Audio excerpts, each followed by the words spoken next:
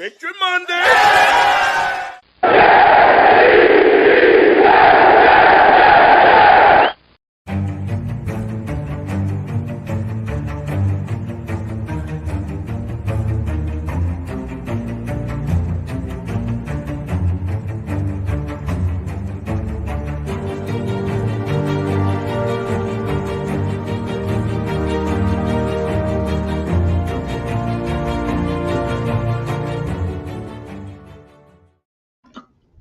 Good evening, everyone. Welcome to this special edition of Victory Monday, which is with no credentials required, where you don't need a press pass to talk sports. We are presented by Belly Up Sports in association with Godzilla Media, and today is indeed Victory Monday. And I am joined, as always, by my fellow New York Jets fan from South Florida, Dan Goldstein. Dan, how are we doing tonight? I'm doing great, my friend. I'm doing great. Victory Mondays are the best Mondays, man. I love it, especially after the disaster that was last week. This Monday just couldn't taste any sweeter. Yep, and I'm sure Johnny got his ice cream, so I'm sure that victory tasted just as sweet for him as well.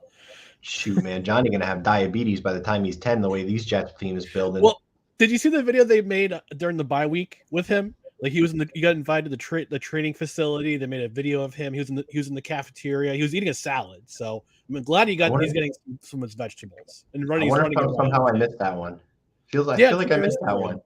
It's there. It's on their Instagram, but it's pretty funny. It's just he's in the training facility. He got invited. He and his dad got invited and spent the day there, running around, eating healthy food, which is good for him because kids, you can't eat ice cream all the time. Nah, kid's gonna be eating a lot of ice cream with the way these Jets are going, brother. That's true. So before we get into this week's victory, I just want to remind you to go to the No Credentials Required social media accounts on Twitter, Instagram, and TikTok. It's NoCredsREQ, Facebook.com/NoCredsREQ. And I still have to edit that byline. It's YouTube.com/@NoCredsREQ. So we have a direct address for our YouTube channel. It's growing by the day. We now have 132 subscribers. So it's a pretty good uptick from the last month or so. So thanks to everyone who subscribed. It starts slow and it just builds and builds and builds. And once the algorithm kicks in, man, you'll just start to skyrocket. Yeah, and by the way, our conversation from last time, how I became a Jets fan, yes, that's actually got a lot of views on both TikTok and on YouTube Shorts. So that's a fun conversation. I love it. That was classic. That was a good episode. My dad, I'll tell you, my dad has an argument for that in just a second. I just gotta get through the rest of this. On the podcast side, Spreaker is our home base. You can also subscribe on Apple Podcasts, Spotify, iHeartRadio, Amazon Music, wherever you find podcasts, you'll find No Credentials Required and Victory Monday there. And while you're on your favorite platform, rate and review. A 5-star review is always preferred. And if you leave a review of a written review, whether it be on Apple Podcasts or Podchaser, I might even read it on the air. Also, YouTube comments if you're watching on the replay. Thanks for watching. If you leave a comment during the replay, I might even read it on the air, especially if it's cruel and disgusting. Well, not too disgusting. Leave it PG-13. Nah, go full pervert. I don't want to read a perverted. Forget it. I want to hear Ryan read a perverted comment. I did that a couple weeks. I actually did that a month or two ago when it was all in German though. It was some I tried to do my best to pronounce the German, and it basically was a porn ad. So nice. Yeah, not great. Not great. So yesterday, the Jets defeated the Chicago Bears in a nice bounce back game, 31-10. And I've got a funny story. So as always said, the Jets score more than 30 points and they win.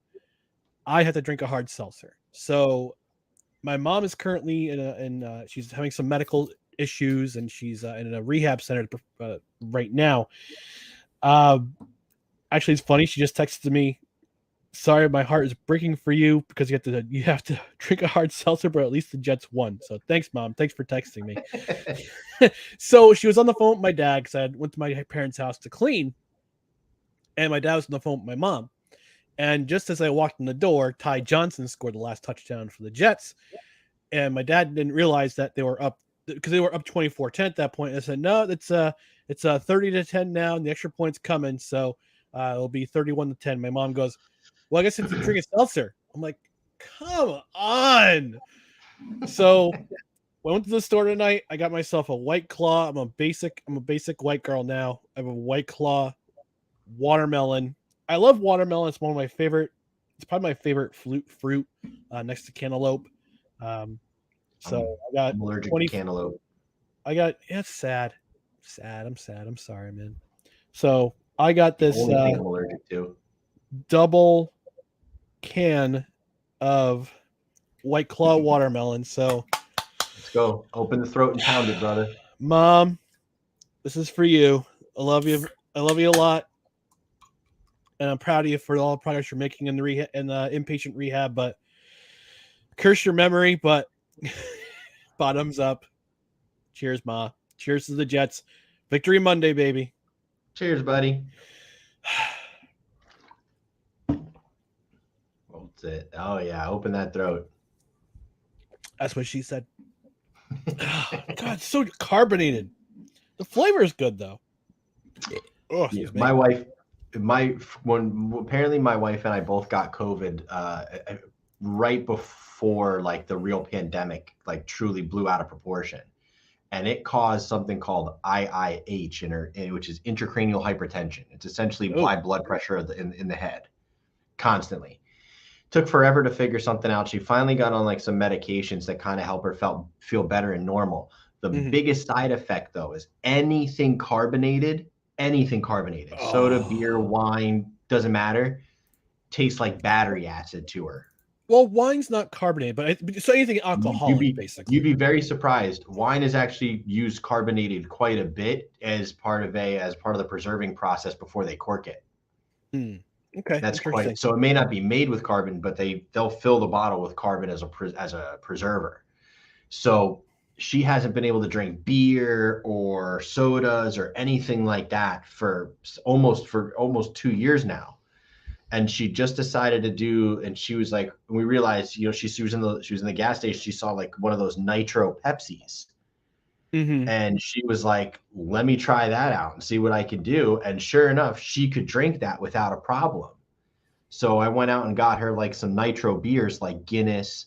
And there's another company called Left Hand Brewing that makes some nitro beers. Yeah, Left Hand Brewing makes excellent. Yeah, so I got her the milk stout and the berry ale, and now she's thrilled. She's pounding beers back like she's back in college, and she's enjoying the fact that she can drink beer and again and she likes the nitro Pepsis, so she's quite happy. Yeah, the nitro Pepsis were weird. It tasted. They're weird to me. It tastes flat. They're going to be weird to anybody that's used to carbonated soda because they're just flat and smooth, which is not what you expect out of soda. But I mean, to someone like her that hasn't drank it in 2 years, all you taste now is just a smooth soda again, and you're thrilled because the other shit's going to taste like battery acid. Right.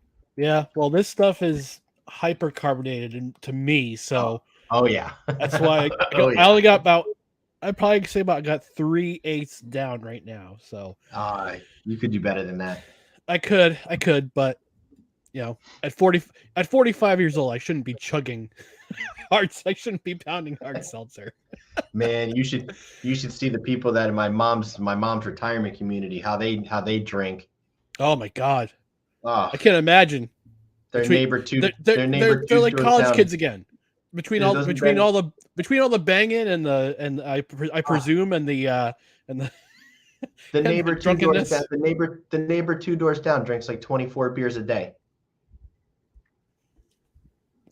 What's going on in Florida? Oh, crazy. It's gross. It's gross. Not me, man. Yeah, I can't imagine all the hookups and the drunkenness. It's like being in college. It's like being in college again for those people.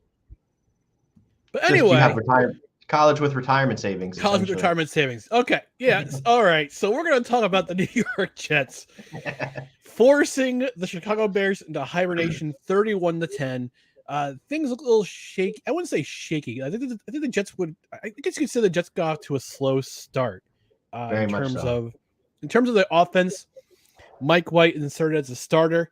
Thank you, Jesus, because this offense looked leaps and bounds better than they did the week before against the New England Patriots. And Dan, let me get your perspective on this. Mike White in the lineup.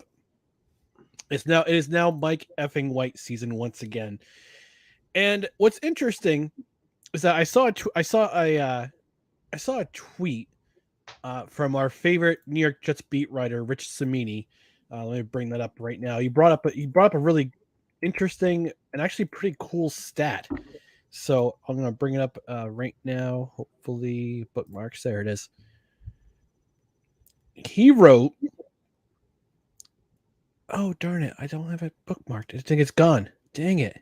But he wrote something to the effect of Mike White was the first quarterback in NFL history to complete 75% of his passes, have 300 plus yards passing, and throws for 6 touchdowns in 2 of his first 4 NFL starts. He's the first quarterback in history to ever have that accomplishment. And it's incredible to see because he was passing really accurately yesterday. And none of those balls seem to sail. Like the week before, you saw Zach Wilson sailing passes or throwing, and basically sailing passes or throwing them in the ground or throwing them out of bounds. Where Mike White, if there was an incompletion, it was a drop ball or it was defended away. This is a different offense with Mike White in as the quarterback.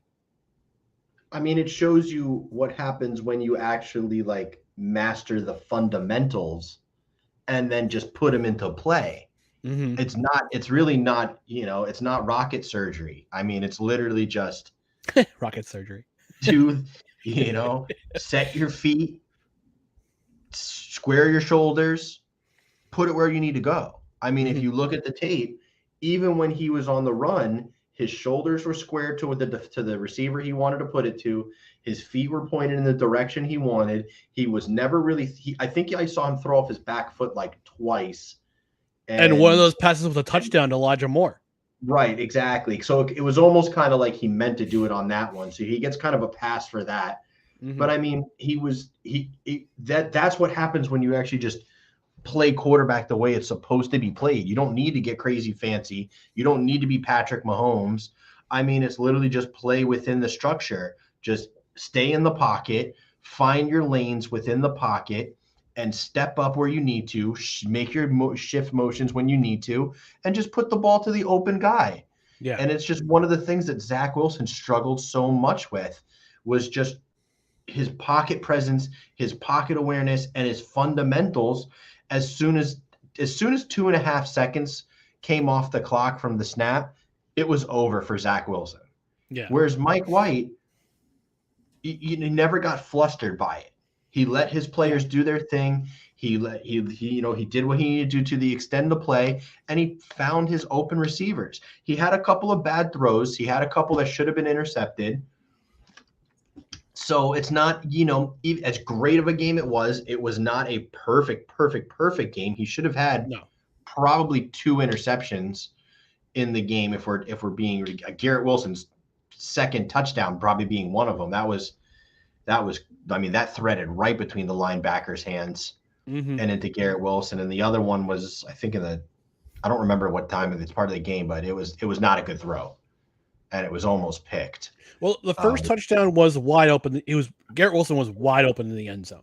Garrett Wilson bitched his defender on that one, boy. He shrugged him right off and just. And the second touchdown, he threaded the needle right to Wilson. Wilson had that one cut, and he was gone. Yeah. I mean, it wouldn't have been a touchdown if Eddie Jackson didn't get hurt. So, I mean, we do have to pull it back a little.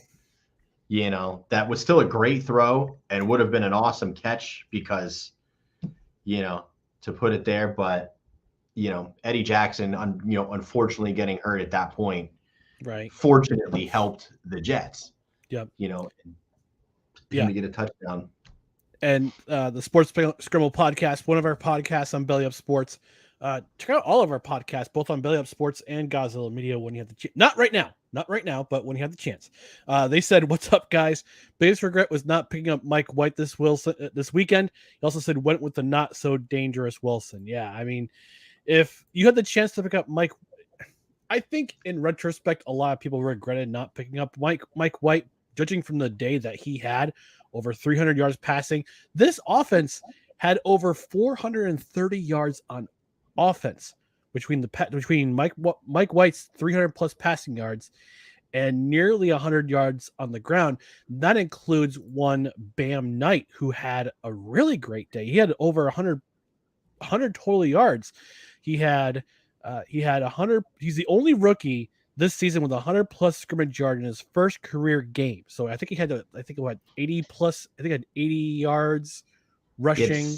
He had 60 some. He had 69. I think he had 69 rushing yards and Nice. 34 receiving yards. Yeah, he had a game. I mean, he's an undrafted rookie. Game. He forced 9 missed tackles. That's insane. Yeah. That's insane. Yeah, it's an incredible story. I mean, Michael Carter, unfortunately, Michael Carter the first, Michael Carter got hurt. He didn't return to the game, but Bam Knight had himself a good game. 69 yards rushing, 34 yards receiving on 3 targets, 3 catches, 3 targets, 3 catches, 34 yards. And I also believe he also had some he had a kickoff return for 18 yards too. So he had over 100 yards in total offense, and he had a great game. I wish he would have scored a touchdown. I wish Ty Johnson got that touchdown, but I wish he would have scored a touchdown. I'm hoping that next week he'll have the opportunity. I mean, he's going to have an opportunity to get more touches next week with Michael Carter. I would say his status is questionable. I didn't watch Robert Saleh's press conference from this afternoon. I'll have to watch that a little bit later, but I would imagine that his status will be. He didn't really elaborate into Carter too much in the press conference. Okay. So I wonder if it's just a day-to-day thing right now, and he'll be in a lineup, but he'll probably be limited just because of his injury. It's an ankle injury. I know. As someone who's struggled with ankle injuries for his entire life, I get it. It sucks. Yeah. Oh, Sports Scribble also says had to bench Justin Fields and threw in Russell Wilson. Oh no! Yeah, Russell Wilson. The fact you still have Russell Wilson on your fantasy team, you deserve to lose. He probably can't drop him. There is somebody out there better than Russell Wilson at this point. Oh, obviously. I mean, Trevor. I mean, I would put in Trevor Lawrence, who had a great game yesterday against Baltimore. I'd put in anybody over Russell Wilson at this point. Yeah, he says he will be getting dropped for Mike White if I get the waiver pick. Well, you should, because to go off that next game against the Vikings is currently the worst pass defense in the NFL. Ooh, so if there's any team that can do another repeat of what we just had, it's the Mike White against the Vikings. Yeah. And let's talk about Mike White for a second here. So obviously this offense looked leaps and bounds, like I said before. They look leaps and bounds different than they did the week before. And you could tell from the post-game interview when Pam Oliver was interviewing Mike White, and you just see Ty Conklin, CJ Uzama. I think one of the offensive linemen came over, and one of the receivers came over and just gave him a bear hug and just shook him. And they were so happy with this win because you look back early in the season. Talk about Elijah Moore. He's complaining he's not getting the ball. Garrett Wilson last week says this ish has got to stop with this off because he's not getting enough touches. The problems weren't the receivers. The problem was Zach Wilson. And Mike White just for some reason, I don't know if it's because he's a backup quarterback or he's just a good guy in the locker room. Like he's a glue guy. But they love Mike White in that locker room. And the wide receiver room is happy again. The tight end room is happy again. Obviously, the offensive line did a pretty solid job. Only 1 sack allowed. And with Nate Herbert back in the lineup, that was a great thing to have. And the good doctor, Laurent Duvernay Tardif is back. He's back in the practice squad, so that'll add some more depth for the offensive line. But this team believes in Mike White. Dan, what's your feeling on this? You know, apparently Mike White was respected back in college. You know, he was loved at Western Kentucky. He was loved by the Cowboys. When they took him in the 5th round, the only reason that he is with the Jets at this point and the Cowboys had to get rid of him was because of the emergence of Cooper Rush. Right. That's the only reason. Cooper Rush was just so astounding as a prospect for the Cowboys. They didn't have room for Mike White anymore. They didn't have the Jets benefited. One of the few things McCagnon and Gase did well was getting Mike White onto the team in the 2019 season after dropping David Fales. And which that's a pretty much name. which also makes Mike White probably one of the longest tenured Jets, if you think about it. Yeah. That actually, he's been in the locker room now for a few years. He's, you never hear anything about, you always hear about how well he carries himself, how he works, how the whole quarterback room works. Zach Wilson is a very hard worker. It's not because of it's not from laziness that he's been this poor. No. It's not because, he's Jamarcus Russell and not going to meetings and not reading the playbook and just trying to, use his talent. He's just struggling with the fundamentals and the basics and reading defenses. But the whole quarterback room works and they see Mike White working and, putting in the effort and biding his time. And you saw I think it was a little over a month ago, you saw Robert Saleh commend Mike White so much that he promoted him to the number 2 quarterback over Joe Flacco and dropped Flacco back to number 3. So it was, it's a testament to him. It's a testament to his character. It's a testament to his ethics. It's a testament to his ability to keep his nose on the grindstone and just wait for your number to be called. The NFL is always going to be a next man up league. Mm-hmm. And you never know when your time is going to come. So you have to prepare every week like you're going to be the starter and like it's your Super Bowl. And Mike White does that. And, the whole team is going to respond positively to that when your efforts allow the team to play like they did. Oh, absolutely. Yeah. And I think the entire quarterback room is, I'm pretty sure Mike White is the guy who keeps them all. I mean, Joe Flacco, he's been in the league for years.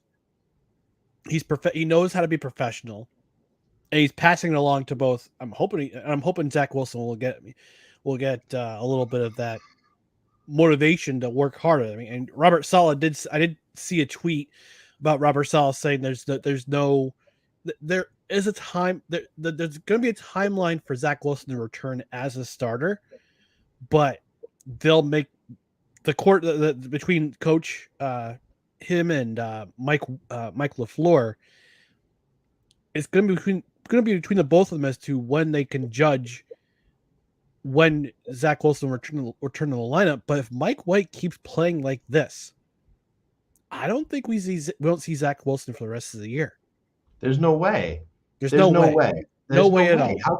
How could you do that to your locker room and to your fans to pull away a quarterback whose 2 out of 3 full games that he started have been some of the best in Jets history.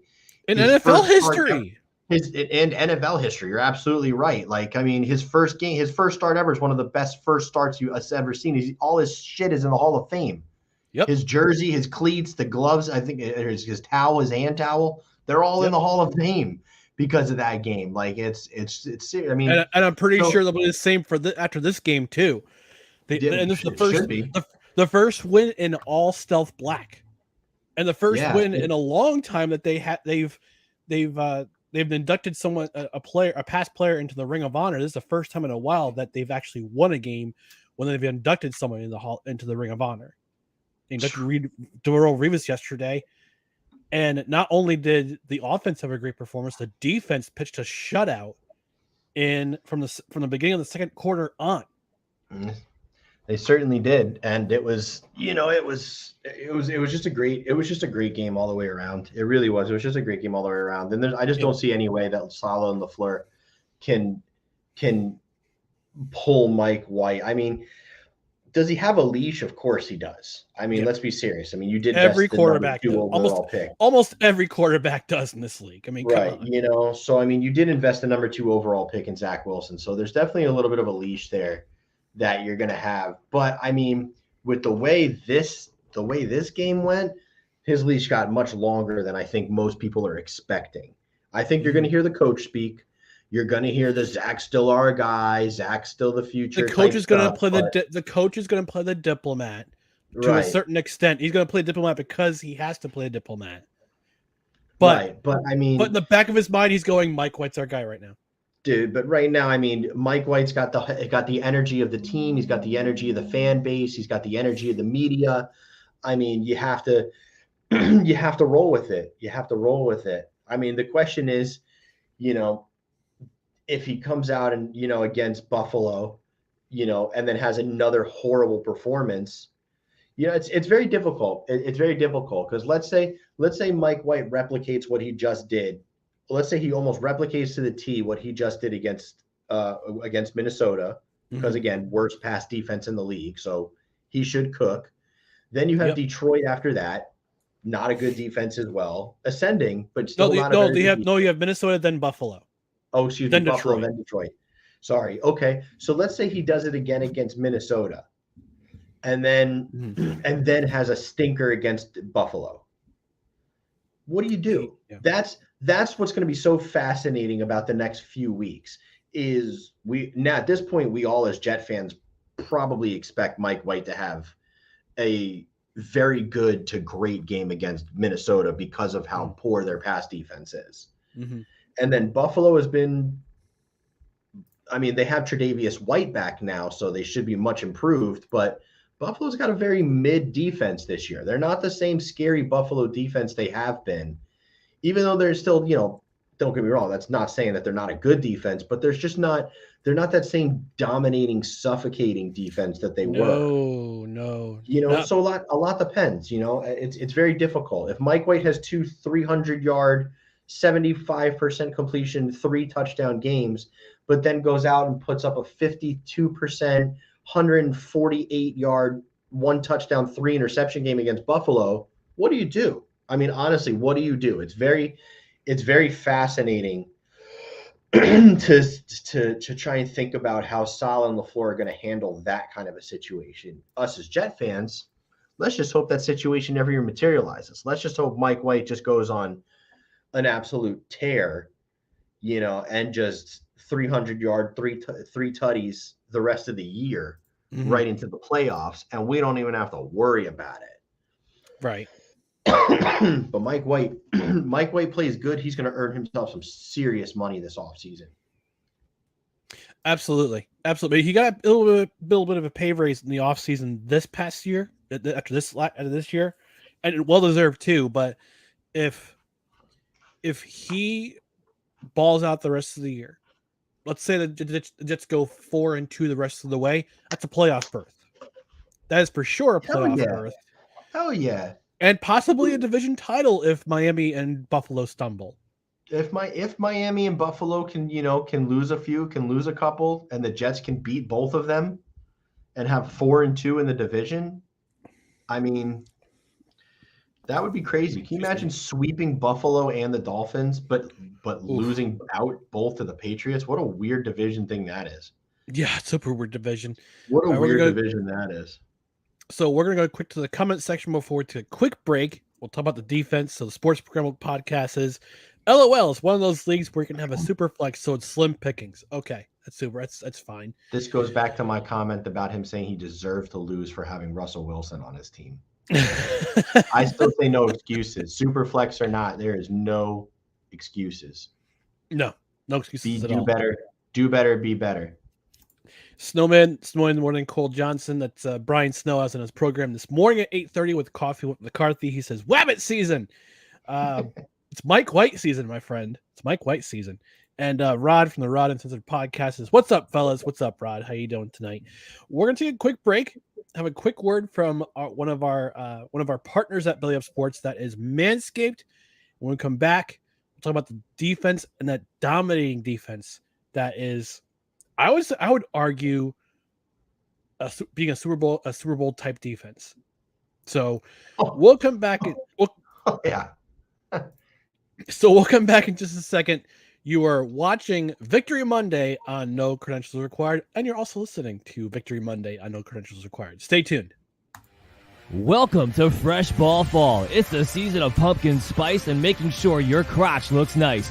That means sipping cider in a fall breeze and using Manscaped products to trim your balls with ease. That's right, today's show is brought to you by Manscaped, a company here to make sure that your foliage isn't the only thing shedding its excess leaves. Heck, even Mother Nature knows it's time to lose the excess clutter for fall. Join the 6 million men worldwide who trust Manscaped by going to manscaped.com for 20% off and free shipping when you use the promo code BELLYUPFANTASY. Whether you're brand new or already with us at Manscaped, you can use the crown jewel of care for your family jewels, the Platinum Package 4.0. This glorious package, you can align your entire hygiene routine all in one swoop. Inside the 10-part Platinum Package is everything you know and love about the Performance Package, plus some shower goodies included to elevate your grooming game to platinum. You can now completely upgrade your shower routine with the Ultra Premium Body Wash and Ultra Premium 2-in-1 Shampoo and Conditioner. You'll have your skin and hair feeling hydrated and smelling fresh. Don't forget to apply their aluminum-free Ultra Premium Deodorant. And don't worry, it's not pumpkin spice, it's a cologne-quality fragrance. Get the Platinum Package this fall. These products are guaranteed to be hits for your dangly bits. Go to manscaped.com to get 20% off and free shipping with the promo code BELLYUPFANTASY. That's 20% off and free shipping at manscaped.com when you use the promo code BELLYUPFANTASY. Manscaped, clear out the leaves. It's your tree trunk's time to shine. I just realized in that bit, Dan Mader, who made that commercial, he's our head of our Belly Up Fantasy sports our page with bellyupfantasysports.com. He said foliage, not foliage. He did.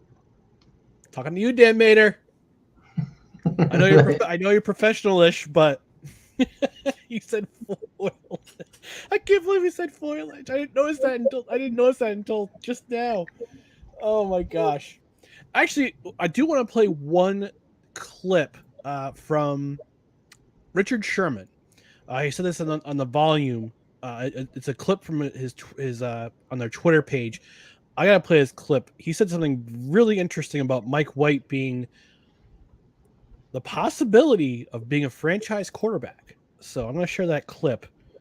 It's a really interesting comment. So let's go ahead. I'm gonna play that clip right now.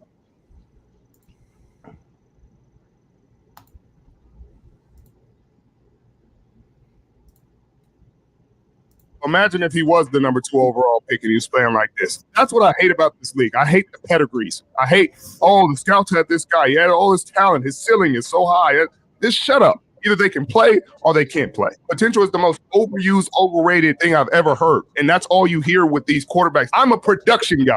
Mike White has production. Will Zach Wilson's still going to come back? For what? When has he shown the kind of game that Mike White just played? And then you hear about how his teammates are talking about him. They talk about his work ethic. You hear about how happy they are for him, how much fun they're having. That's when you know you got a special guy. If we just took everything away and swapped the stories of Zach Wilson and Mike White, it was just Mike White drafted 2, and he's playing this well, and his teammates are saying this about him, you'd be like, hey, they made the right pick. They got a franchise guy. But since he was a 5th-round pick, since he's an unheralded guy, you're not talking about, they found their franchise quarterback. He's a franchise quarterback.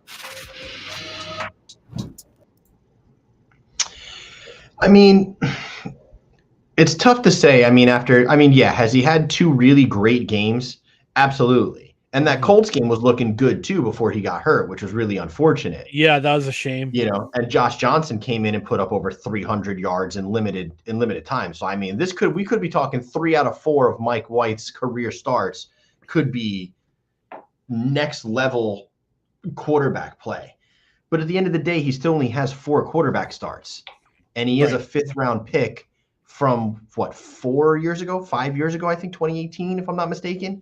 I don't quite remember what year he came in. 2018 or 2019, because that's when I think it was 18, because he was already on the Cowboys, and he moved. He was on the Cowboys for a year. He was in the Cowboys. I think he was on their futures roster. Something like that. Yeah, I just can't quite remember. But, He certainly had the time to learn the nuances of the game. He's had the time to sit in the film room in the coaches meetings, in the quarterback team room meetings. He's had the ability to really learn how it is to be an NFL quarterback. He's now finally going to be given his opportunity. I think he was kind of given an opportunity a little bit last year, but Wilson is a rookie. No one was going to write him off. No, even after injury, it was just, he's a rookie. But this year is definitely going to be the year where it's like, it's very entirely possible. It is very entirely possible. These next 7 games? These next 7 games are really going to tell you. 6 games. 6 games. Excuse me. Yeah. Yep. The next 6 games are really going to tell you quite a bit about what kind of quarterback he is. We just have to hope he stays healthy. Let's hope not another. Let's really hope not another. Colts debacle happens. I really want to see. I think all of us really want to see Mike White get his true shot, and what can he do with it? Is he going to be a guy that has the occasional flash in the pan game, but he levels out around average? That's perfectly fine for this year for what the Jets team is built up. And even next year. We don't need a Mahomes or, pick any other great quarterback in this league behind Tua, besides Tua, because I'm not giving Tua any credit. I give the Dolphins 0 credit. So it's just, as you can see on the display name. As you can see, Tua is less than Mike White. So Josh Allen. Okay, he's been particularly mid this year, but a player, he was a freaking unicorn in the first 4 games. And until that Miami game, when they basically were shattered his soul. Yeah. Pretty much. Yeah. So what is it going to be? Is this the norm for Mike White? Because that would be amazing for the New York Jets. With this defense, and if this is the kind of performance we're going to get majority of the time we have Mike White as our quarterback, Jets are hands down Super Bowl contenders, probably a top 5 team in the NFL when you factor in their defense and their special teams. It's a crazy to think about. Is he average? Does he put up 225, 2 touchdowns and an interception every game? Jets can win that way. Jets can very easily win that way. Is he gonna regress down to the fact where he struggles for 200 yards and takes a lot of sacks and has 1 touchdown to two interceptions? Then you still have year 3 of Zach Wilson waiting in the wings with an off season to potentially pull in a Jimmy G or a Derek Carr or, Aaron Rodgers. I don't know. Probably not. But I mean, there's a lot of ways it can go. But Mike White blowing the doors off their next 6 games could really go a very long way towards stabilizing the offseason and the decisions that have to be made by Joe Douglas and Robert Saleh. Yeah. And I'm actually looking up there's that guy who did a coin flip. And right now, according to the coin flip guy, he actually had the Jets losing to the Bears. That's correct. Yes. The coin flip is now over. But the coin flip is now over. But he has the Jets winning 5 games in a row and then losing at Miami. Yep. So the coin flip still could live if they could beat Minnesota in Minnesota, which reminds me, I need to go to my sandwich guy. I have a sandwich guy down the hill from me. He's a big Vikings fan. He's a New York guy, but he was a Vikings fan. I don't get it. But we need to make a beer bet for the game on Sunday. So, but then the coin flip guy has the Jets beating Minnesota, then going to Buffalo and beating Buffalo, then beating Detroit and Jacksonville, beating Seattle, which is doable at this point. We'll talk about that with my buddy Dustin tomorrow, who's a big Seahawks fan. That the way the Seahawks been playing, especially after yesterday's game with that walk-off win by the Raiders of all teams. Uh-huh. And then he has them losing to Miami. Now, that could be a flex game. And unfortunately, it's not possible for the Jets and Vikings to have a flex game because I guess you need 12 days in advance. The NFL needs 12 days in advance to let NBC know they're going to flex out the Sunday night game. Right now, it's the Colts Cowboys, but next week, Jets and Buffalo in week 14 or week 13, excuse me. No, it's week 14. It's a 1:00 game, but the nightcap, the Sunday night game, is Broncos Chiefs. You gotta flex that out, man. You gotta flex that out. You cannot. I mean, it's bad enough we're gonna get Matt Ryan 2 weeks in a row. I mean, he's literally playing right now against the Steelers, and then we have to watch him on Sunday night. I mean, that's terrible within itself. But I mean, to have more. I mean, the Broncos had more primetime games than anybody else this season. I think they had 5 or 6. Something ridiculous number because of the Russell Wilson deal. And it has been so hilariously awful to watch them that they don't deserve to have their offense is both historically bad and hysterically bad. That's how bad this offense is. It really is. It really, really is. So, we're getting off topic here. We got to talk about this defense, man. All right. Game. Before we go on, I just want to let you know. So this week, Buffalo is at New England on Thursday night. They win that game. Jets beat the Vikings on Sunday afternoon. It's got to be flex. We got to flex it. I mean, they have until they have until tomorrow or Wednesday to flex out week 14. We gotta have it.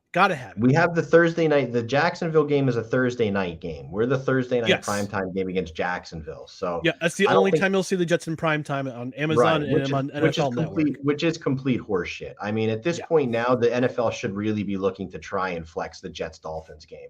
And you have not seen it should be in their head to be like, we should probably put that through. Yeah. And the fact that the Jets have not been on Sunday night since, I think, 2009? I want to say it was the last Sunday night appearance. It's been a long time. You've got to have this team. NFL. You have to have this team on Sunday night. They have to be in prime time. Other than a throwaway Christmas game on Thursday night, 3 days before Christmas. All right. We got to move on. We got to talk about this defense. Yes, they played the Bears, who are missing Justin Fields. Yes, but they still had Chase Claypool in their lineup. They still had David Montgomery in their lineup. They still had Darryl Mooney, but unfortunately he left early. But they still played I would say a decent Bears defense, offense, excuse me, And this team, the Bears team had out of their 7 losses this season, 6 of them were within single digits. And yesterday's win by the Jets was the second win this season it's been more than a touchdown in a loss. But let's talk about this defense. This defense deserves a playoff spot alone. Like, their defense alone deserves to have a playoff spot, Dan. I mean, I can't say enough good things about them, this defense this year.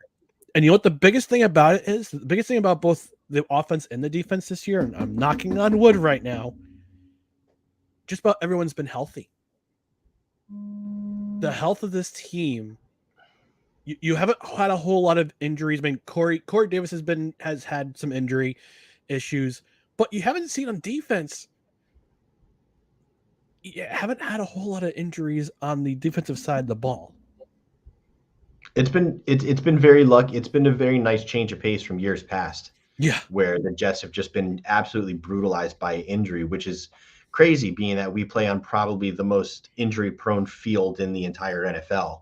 So to not have any major injuries that I can recall, for our defense, long-term major injuries yet to this point it is quite astounding, and very, very blessed that we've been able to see them cohesively stay as a unit predominantly, so that they can continue to build their communication and continue to build their signals, and really just be able to continually focusing on driving one another, instead of having to acclimate somebody like Ashton Davis into the mix constantly, where he's going to get lost in his assignments, or having to constantly sub out the linebackers, Quan or Quincy keep going down, and now you got to bring in Hamza or Jamie and Sherwood, these guys that are just not quite ready to go. So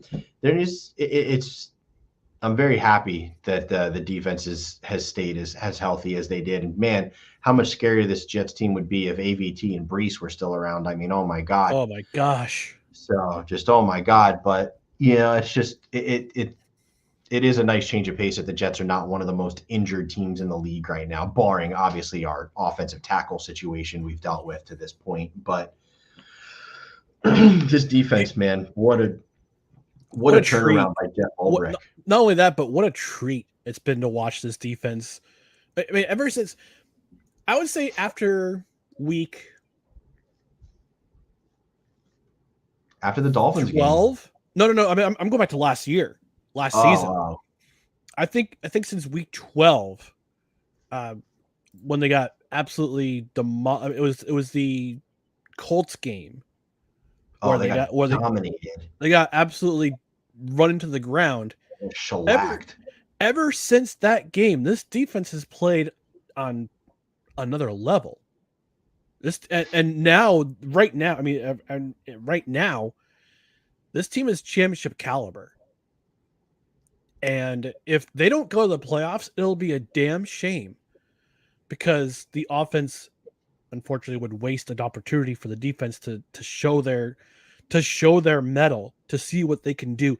It would be a special season if they went to the playoffs. I mean, I'd have to drink another one of these and also eat a Impossible Whopper, because that's what I promised, was to drink 2 hard seltzers and eat an Impossible Burger if the Jets made the playoffs. But this defense is special. I would have to say there's the Sauce Gardner. He's going to win Defensive Rookie of the Year, barring anything catastrophic, or his game goes to hell in the next 6 weeks. He's winning Defensive Rookie of the Year. There's at least 3 or 4. There's at least 4 Pro Bowlers on this team, and I would argue there's 2 all pros on this team, and Quinnen Williams and Sauce Gardner, and even DJ Reed. I would argue 3 all pros. They just released it's funny, they just released the Pro Bowl voting. Like, they just started releasing the numbers for it, and Sauce is the number 1 corner in the AFC as far as votes, but Tariq Woolen actually has more votes than Sauce does by a actually considerable margin for the Pro Bowl in the NFC. Pro Bowl's a fan favorite game. The Jets are never going to get any love there. Quinnen's not even listed on there yet. You know, it's like it's Aaron Donald and like Javon Hargrave or something like that for the NFC, and like Chris Jones, and I don't remember who the other person was. It wasn't Quinnen. So, but Quinnen and Sauce Gardner absolutely 100% deserve Pro Bowl and All Pro. DJ Reed deserves the Pro Bowl for sure. CJ Mosley deserves the Pro Bowl for sure. He has so turned a corner. He started the season rough and has really, really turned a corner as like just dominating in every which way for almost, it seems like weekly at this point now. CJ Mosley has been just killing it in middle linebacker. And, I see Quincy Williams ain't too far back down either in this case. I mean, Quincy Williams, he's not going to be Pro Bowl this year, but they weren't lying. They were saying before the season that, Quincy said he expects to make the Pro Bowl, and Robert Saleh praised him tremendously, saying he's got all the talent in the world to make a Pro Bowl. And it won't be this year, man, but if Quincy keeps ascending the way he's ascending, he very well could be in Pro Bowl candidacy next year. He just needs to get a little bit better on his angles and his instincts in pass. But, but he's so fast and he can close down so quickly. And his hitting ability, he doesn't seem to miss a lot of tackles. He can stick some people. He doesn't seem to miss a ton of tackles. That's the good thing. He sticks and he hits. There's just the only weak links on this team is still the safeties. They've been a lot better than they were when they started the season, because man, when they started the season, Whitehead and Joyner were horrific.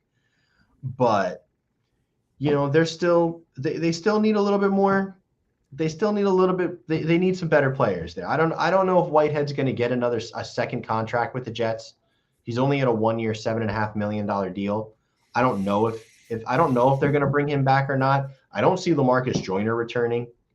I just don't. I think that's the spot where they're going to want to get younger. I would very much. They're definitely going to definitely get safety in the draft. I definitely very much expect the Jets are going to be very big on, somebody like a Jesse Bates or any other. I haven't done my research yet into free agency and the draft as much, but I'm very much imagine like someone like a Jesse Bates could be a very, very big pickup for them to really solidify the secondary. Or I would very much expect a early draft pick to be a free safety. Oh, absolutely. Joyner, a first or a second rounder type of a guy. So we'll have to see there. But man, the defense is good, and they only got 2 sacks. It's not even like the defensive line like dominated. It's not like they were pushing the pocket all day. I mean, it's funny. They only got 2 sacks and 1 turnover on Trevor Siemian, and it almost feels like a letdown. It does in a way, but the way they were forcing the issue, it just on him all day. You almost figured that the defensive line was going to be able to push the pocket so much better. It was going to force Siemian into mistakes that would be able to be capitalized upon, and that never really came to fruition. It was just like they were locking down. That's really just what it was. The secondary was just locking down. Yeah. The run defense wasn't great. I mean, let's say it for what it is. The run defense wasn't great. Montgomery they got to clean up. Was getting some good runs. They got to clean up that tackling. Right. That wasn't the best game as far as that goes. So it was mainly in the passing game where the defense was shining. Besides, the one catch from Chase Claypool. And that was also a pass interference, but yeah. That was standing, but yeah, there's a couple things we got to clean up. CJ Mosley's got to clean up his pass coverage a little bit. The defense got me. Granted, it was a rainy day and players are going to get slippery when tackling, but they could have ended that game earlier when Braden Mann had that beautiful punt inside the Bears 5-yard line, and Justin Hardy just happened to turn around and got the ball at the 1-yard line and down it there. They could have forced a safety, but unfortunately, I saw that the very next run was like a 14. The very next run was like a 14-yard run from Montgomery. Yeah. And then I think a lot of that could have been prevented. Yeah, A lot and of then that the run after preventative. that, I think he had another run after that. That was a chunk game that got pulled back for penalty or something along those lines. Yeah. But yeah, the run defense needs to shore up a little bit. The pass defense, we got no worries. Like you're just not going to dominate Sauce and DJ Reed at this point. Like it's just not going to happen. Like yeah, you'll get like your guy may get a catch, he may get a touchdown. It's impossible to prevent touchdowns all season, but you're just not going to dominate on them. Like I'm still not even worried about the Dolphins in Week 18 with Tua at quarterback. Mhm. Like I'm really not. Like just because. But here's the thing too with Tua, they're playing the 49ers last week. He's one hit away from his season ending, especially with the concussion, because of the concussion issues he's had. And that Niners defense, they've pitched a shutout the last 2 games. Yeah, that Niners defense has been That Niners defense is for real. nasty. That Niners defense is showing you just the one key piece that Saleh's missing. And that is the true, like, do-it-all linebacker unicorns that are Fred Warner and Dre Greenlaw. Like, that's what Saleh really needs. That's why I would Quincy Williams has the potential to be that person. Very much. CJ Mosley is getting a little bit older. I think he's turning 30. Was it turning 30 next year or this year? I think he's already 30. I think he's turning like 32. Okay. I think if we, and I hate projecting the draft this early, but they definitely need to look at getting younger at safety and linebacker. This and in the draft, and maybe pick up another offensive lineman just for depth purposes. That's literally what the first 3 rounds should be in any facet. You should be safety, linebacker, offensive tackle. Like it's you flip flop them however the prospects fall.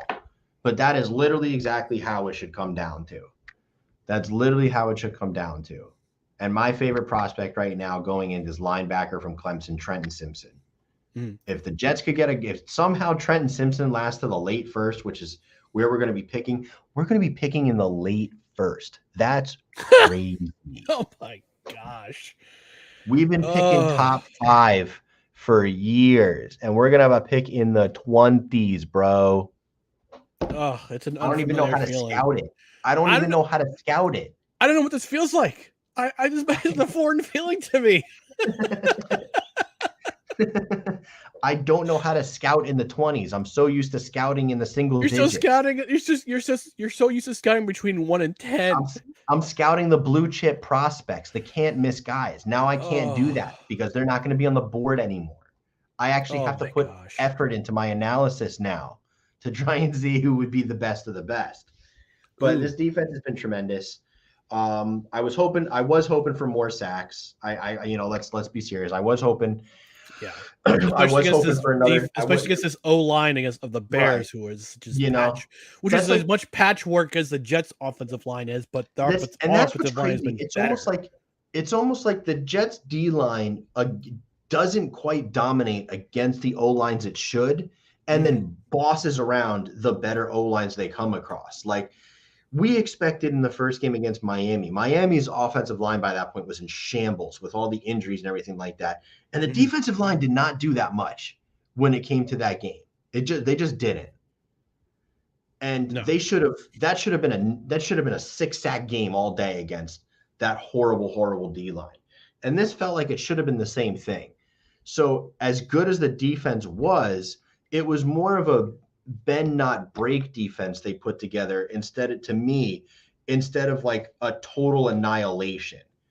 And I don't know, maybe we're getting spoiled because they've been so good, but I want the total annihilations.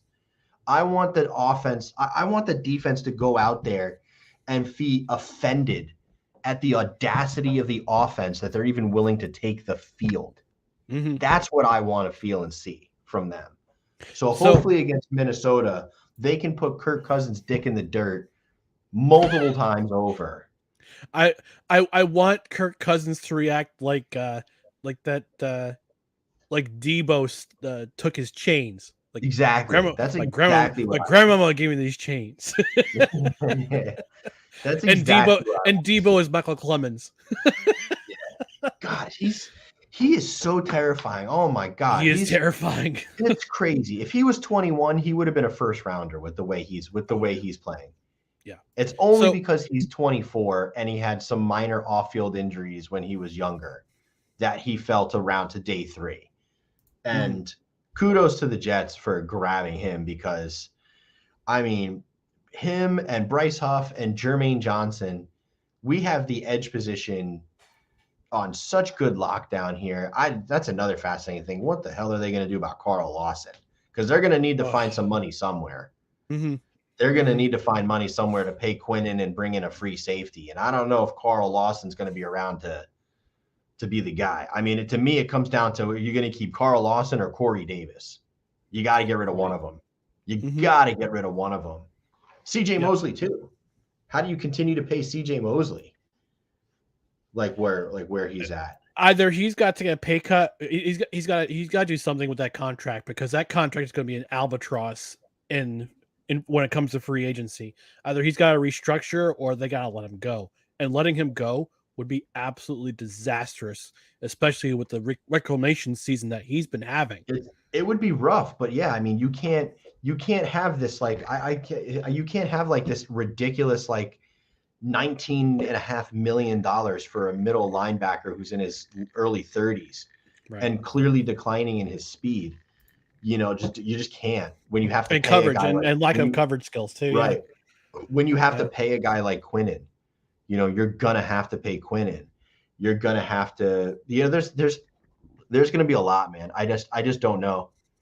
It's Joe Douglas is gonna have it's gonna be a fascinating offseason for the New York Jets. It is, but right now I'm having a lot of fun watching this having team. a blast. I mean, who's got it better than us? Let's worry about the now.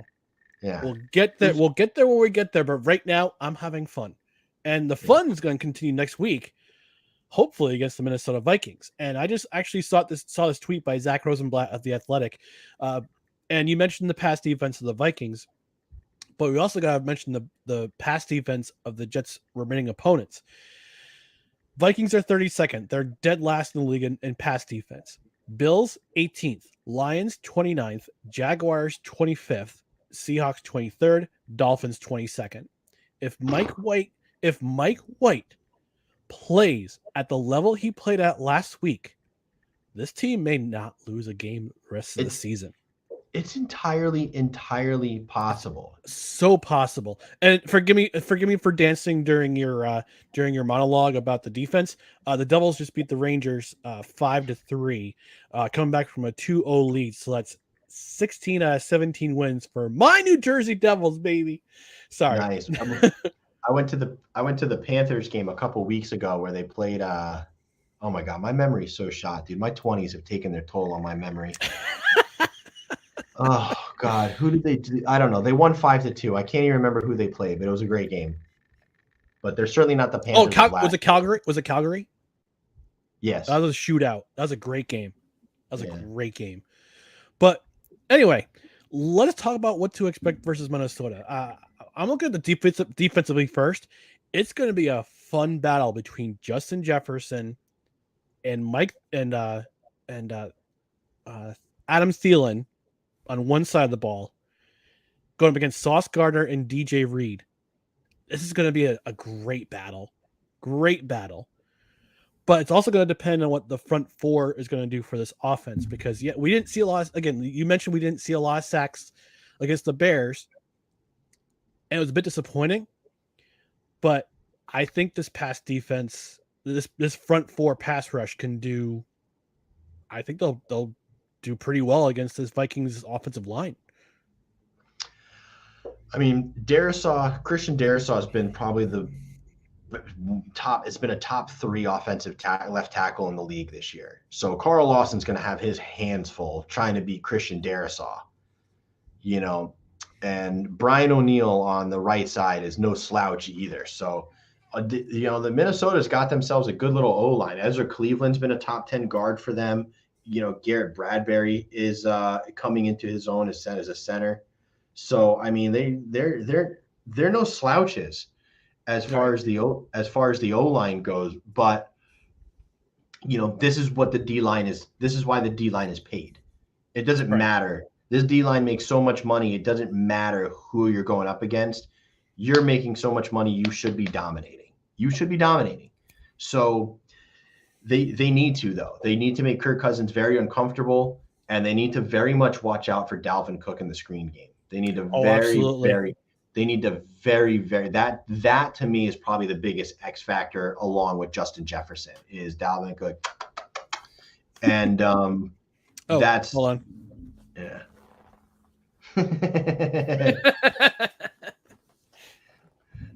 Show me your kitties, folks. Sorry. That's where I think the Jets are going to spend a lot of emphasis this week is, you're obviously going to watch the film on the type of route concepts that Justin Jefferson prefers, so you can try and, cut off his lanes for his quick cuts and his dig routes that he's so good at. But you really need to watch the speed. You got to tame back the aggressiveness a little bit. To me, Mm-hmm. I think this is the kind of game where, pin your ears back and go when the time comes, but your game plan needs to be a lot more of false looks and dropbacks. That I think Ulbrich needed. I hope Ulbrich realizes that. I'm sure, he knows more about football than I do. So I'm sure he's got something up his sleeve. But to me, that's the kind of game plan I want to see them play. I want to see the front four dominate, but there needs to be a lot of false looks, dropbacks, and somebody needs to spy on Dalvin Cook to prevent the screen game from getting out of control and allowing the Vikings to kind of chew up clock. Right. That's going to be what they want to do. With their defense as poor as it is, and their pass defense as terrible as it is, and the sieve that it is, they're going to want to control the clock as much as possible. So you really have to watch out for Dalvin Cook in the screen game to make sure that you keep the chunk yards to a minimum, and get Mike White in a comfortable rhythm when he can get on the field. You need to get White comfortable again in another rhythm. To me, that's very important. Another start like what they did again. If they can have another solid 9-10 play drive, take 5-7 minutes off the clock. If you can keep that, their best defense will probably be keeping the Vikings offense off the field because of those reasons you just mentioned. Exactly. I mean, so that to me is the game plan. So we haven't heard anything yet, but I don't expect Michael Carter to play. I don't think Michael Carter is going to be around. So it should be Bam Knight featured again, very much so with what he did. Ty Johnson will certainly get a more of an increased role with the game he had. And I expect it to be a 3-handed committee for the Jets at running back next week. And I think they're going to spend the first half, or the first 3 possessions trying to figure out if anybody establishes a hot hand, and then try and roll with it there, while also letting Garrett Wilson essentially torch whoever they're going to put across from him. Right. So I don't know, man. I don't know. It's crazy. The Vikings are the weirdest 9-2 team I think I've ever seen. They're like one of the really are. They really are. It's the Vikings and the Giants are like these weird teams that just they just find ways to win, barring that Cowboys game notwithstanding for the Vikings, where they just mollywopped them. That's what the Jets off the front four of the Jets needs to do. They need to watch that tape. They need to see what kind of stunts, what kind of coverages, or what kind of packages they could throw at Kirk Cousins, because they sacked him 7 times in that game. He had as bad of a game as Zach Wilson did against the Patriots, if not worse, because he was on the ground so many times in that game. They need to watch that game film and figure out, okay, what can we throw at Kirk Cousins that he probably won't see, and we can get in his face just about every time he has the ball, he drops back. They got to figure out the way. If they can do that, the Jets win. I think it's going to be, I mean, I hate to make a prediction 6 days before the actual game, but if they can figure out a way to get in Kirk Cousins' face, if they can control the clock, if they can have those 9, 10, 11, if they can get in double digits on offensive drives, this is a W. This is a W in the win column. It could be as dominant a game as they had against the Green Bay Packers. all the way back in week 6. It very well could be. The Jets, all the Jets need to do is the Jets need to score 20 points. Yep. The Jets have not. So True. that's literally it. The defense will handle it. The defense will handle it. It doesn't matter who's lined up where. The defense will handle it. All you need to do as an offense is get 3 touchdowns. You get 3 touchdowns, and it's a W. And with this pass defense, as terrible as it is, you should be able, and Garrett Wilson, as electric as he is, and Elijah Moore emerging with a brand new energy with Mike White behind center, and, Corey Davis just continuing to be a solid option, solid third option in the game, and Denzel Mims providing your sparks here and there where you need them to. Don't forget Uzama and Conklin too. There should be plenty of opportunity to chunk on Minnesota. And I just don't see how we don't score at least 24. Like, I just don't see it. So if I had to make a prediction, I'm going probably 27-17 Jets. I think that to me is a pretty. Now, I imagine, I would love to hear what a Minnesota's fans' perspective on this, because they probably think the exact opposite. But I just don't see a team scoring. I just don't see a team scoring a lot on this Jets defense anymore. Like, I just don't see it. So if you're going to tell me the Vikings are going to win 31-23, like, I'm not going to believe you. Like, I don't believe you. I'm sorry. If you're going to win, you're going to win in a low scoring game. And then this conversation is going to be, what the hell happened for the Jets to not score 3 touchdowns against the league's worst pass defense, So if this game matches up very well for the Jets in most ways, it really does. It matches up for the Jets very well in most ways. Just, you do what you can to contain Justin Jefferson. You can't stop him. It's impossible. He's the best receiver in the game right now, maybe right there with, Hill. But you do what you can to contain him. Do what you can to keep Dalvin Cook, in the screen game to a minimum. And this should absolutely be a Jets victory. Yeah, absolutely. I would see a close game and the Jets pulling away at the end, having that kind of drive that they had against Green Bay, the kind of drive they had to clinch the win against Buffalo. That kind of drive. I would love to see that. Hopefully it happens. I mean, they're a fourth quarter team. They are a fourth quarter team. They're a second half team. They spend the first half kind of getting in their groove, figuring out what they need to do, settling in. And then the second half comes out and they just, they ball. Like, that's just kind of what they do. So, I see a similar, this could be a similar thing to the Dolphins. It'll be close in the first half. And then the second half is just when they start pulling away. Yep. This will be something like a 13-10 game going into halftime. And then the Jets will just, the Jets will put up a couple more touchdowns, and the Vikings just won't be able to match. Right. Well, that's going to do everything for Victory Monday. Dan, where can the people find you if they want to talk trash, if they want to talk Jets? Where can the people find you? I know you're not on social media that much, but if they want to find you, where can they find you? My handle for Twitter is DannySmiles13.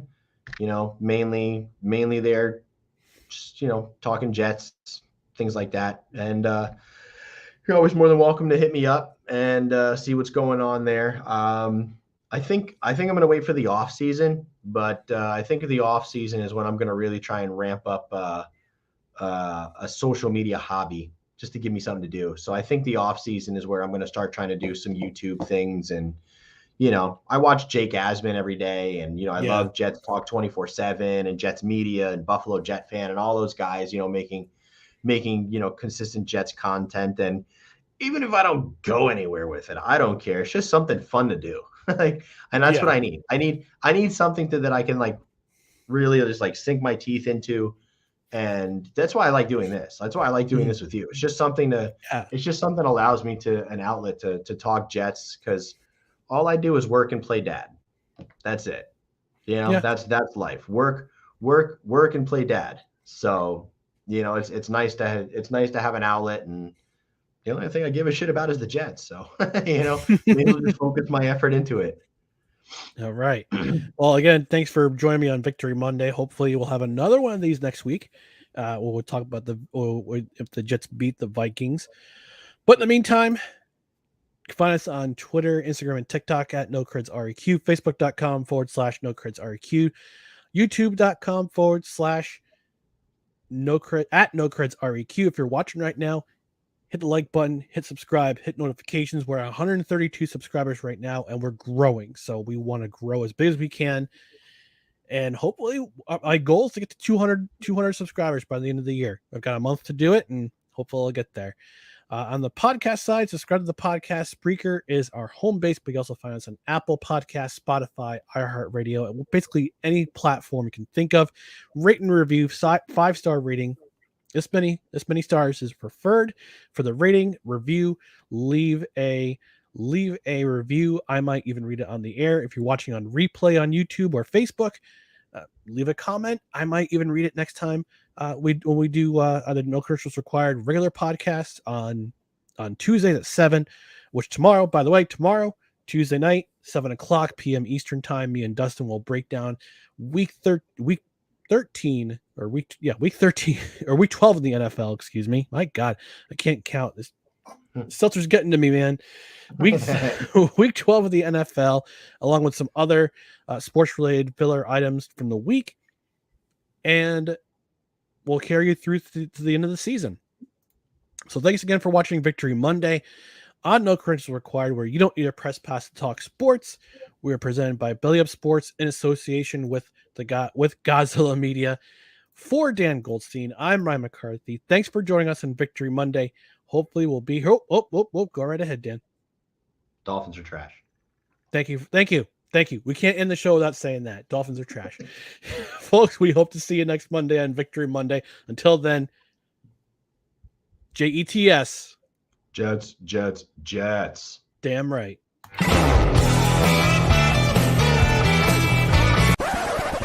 Victory Monday!